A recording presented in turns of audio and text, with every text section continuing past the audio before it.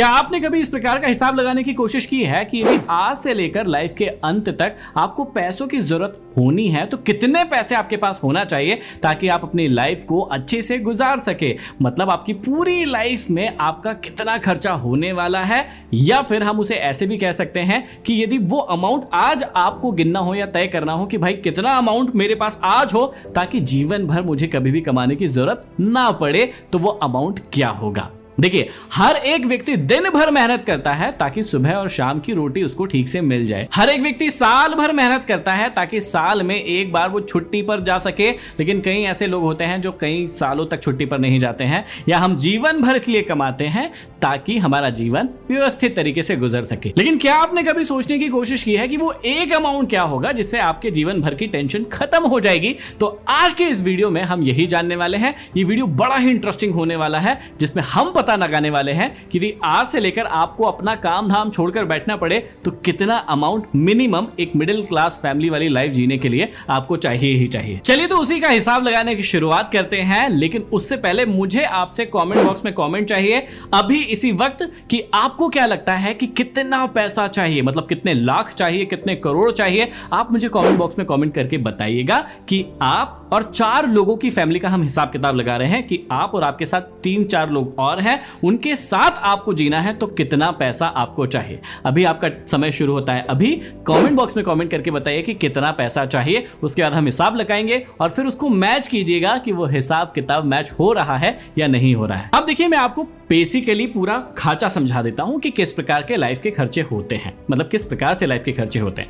पहला जो होता है खर्चा, वो जाता है नीड में। नीड का मतलब ऐसी चीजें जो कि खर्चे में लगनी ही है, खर्चा होना ही है। आप कुछ भी कर लीजिए, वो खर्चे आपकी लाइफ से हट नहीं सकते, छूट नहीं सकते यदि आप 3-4 लोगों के साथ में रह रहे हैं तो पहला हो गया नीड, जो कि हम एक लिस्ट बनाएंगे। दूसरा हो गया वांट, कि भैया नीड तो नहीं है, मतलब बहुत ज्यादा जरूरी नहीं है, लेकिन यदि एक्स्ट्रा पैसे हो तो मैं उसे करना चाहता हूं, ऐसे कामों को कहते हैं वांट। और तीसरा जो खर्चा है जिसे हम इन्वेस्टमेंट कहते हैं, मतलब अभी तो हमारी जेब से जाता है लेकिन फ्यूचर में हमें रिटर्न्स देता है, जो कि इन्वेस्टमेंट के नाम से जाना जाता है। तो 3 प्रकार के खर्चे यहां पर आज हम जोड़ने वाले हैं और हिसाब लगाने वाले हैं कि आपकी लाइफ के अंत तक आप कितना पैसा खर्चा करोगे, या फिर यदि वो अमाउंट अभी आप 1-2 साल में कमा लो तो आप जीवन भर के लिए फिर बाकी थोड़ा थोड़ा कमाते रहो लेकिन चिंता से मुक्त हो सकते हो, जिसे हम फाइनेंशियल फ्रीडम भी कह सकते हैं। अब देखिए, ये तो सिर्फ कहने की बात होती है कि कोई व्यक्ति एक बार में ऐसा सोच ले कि मैं इतना कमा लूं, उसके बाद जीवन भर नहीं कमाऊंगा और बैठे बैठे खाऊंगा। कोई भी इंसान इस पृथ्वी पर ऐसा पैदा ही नहीं हुआ है। अब देख लीजिए, मुकेश अंबानी जी जो है या रतन टाटा जी जो है, उन्होंने क्या काम करना बंद कर दिया उतना पैसा कमा के?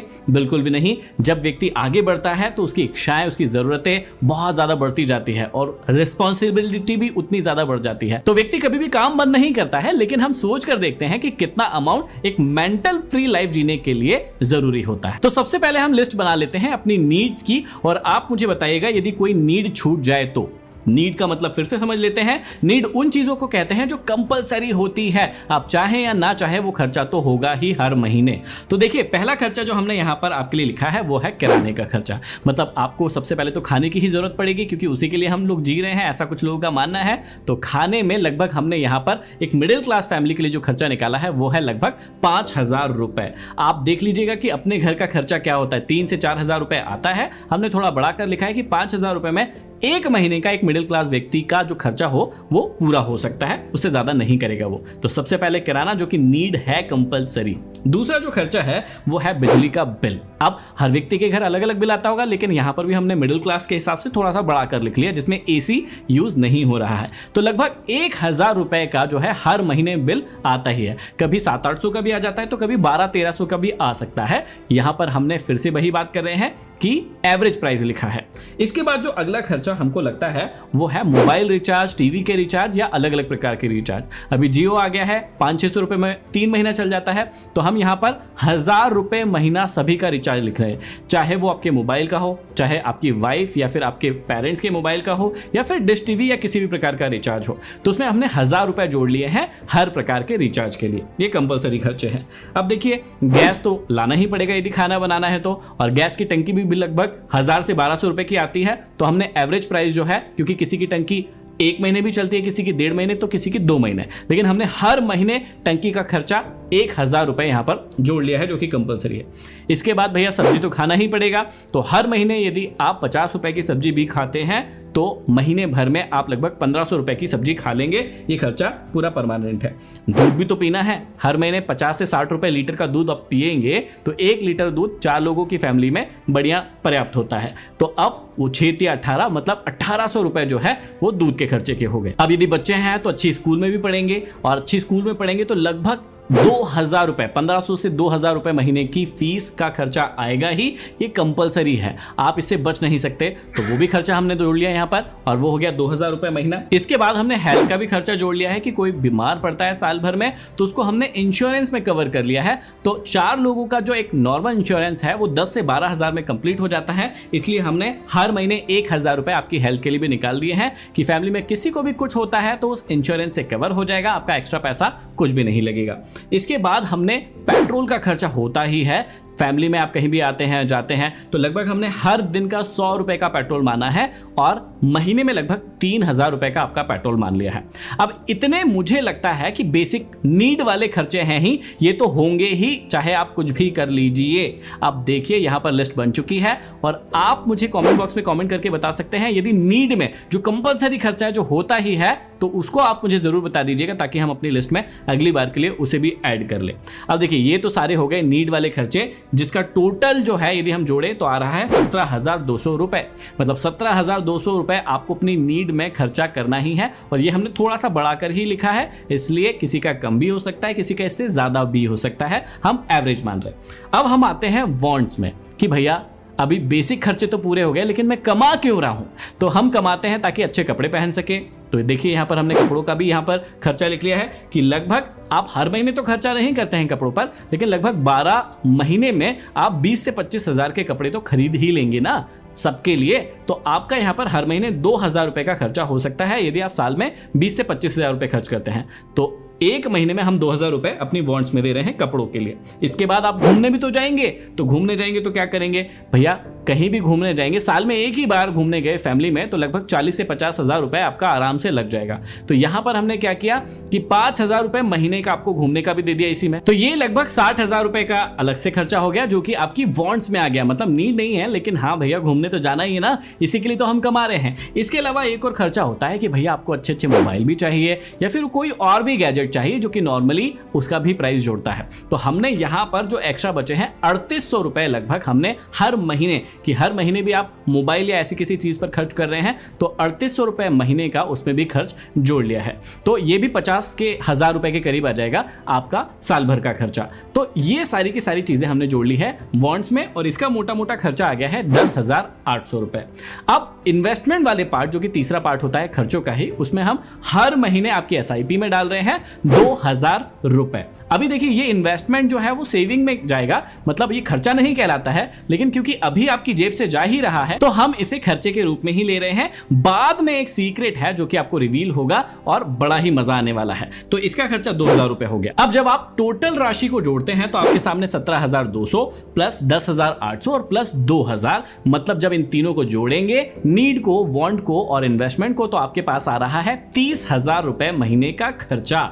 इसका मतलब आपको ये पूरा खर्चा मिला के पता चल गया है कि भैया एक अच्छी लाइफ जीने के लिए, जिसमें मैंने ये जो लिस्ट बनाई है उसमें सारी चीजें हो, सारी फैसिलिटीज हो, तो आपको लगभग 30,000 रुपए महीने का खर्चा तो लगेगा ही। मतलब 30,000 रुपए महीना तो आपको कंपलसरी कमाना ही है। और 30,000 में यदि आप 12 का गुणा करेंगे तो यहां पर आता है 3,60,000 रुपए। तो अभी मैं आपकी एज मान रहा हूं 25 से 30 साल के करीब, और आप अगले 40 साल तक और जिएंगे हेल्दी, ऐसी मैं कामना करता हूं। तो उसके हिसाब से हम 40 साल का हिसाब लगा रहे हैं। अब ध्यान से सुनिएगा कि यहां पर 3,60,000 रुपए साल का हो गया तो गुणे 40 कर दिया, तो यहां पर आ रहा है 1,44,00,000 रुपए। ये आपके पूरे जीवन भर का खर्चा आ चुका है एक बार में।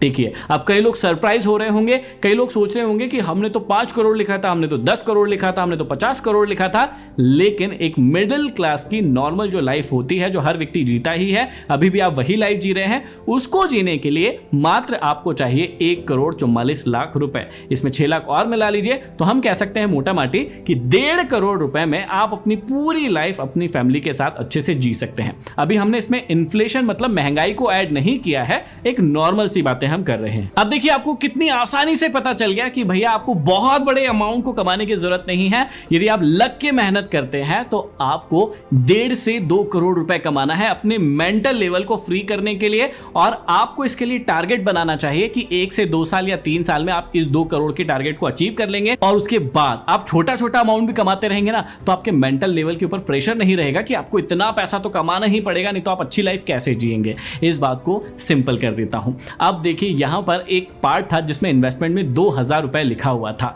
ये कैसे चमत्कार करेगा आपके लिए भविष्य में, इस चीज को भी एक बार देख लीजिए कि 1,44,00,000 तो आपका आ गया 40 साल का खर्चा, कि आप इतने सब मिला के खर्चे करते हैं तो ये अमाउंट तो आपका लगना ही है। लेकिन सिर्फ एक छोटा सा अमाउंट यहां पर जो इस बॉक्स पे लिखा हुआ था, जो कि एक छोटा सा अमाउंट था, ये कैसे कमाल कर देगा अगले 40 साल के बाद, उसे भी देखते हैं।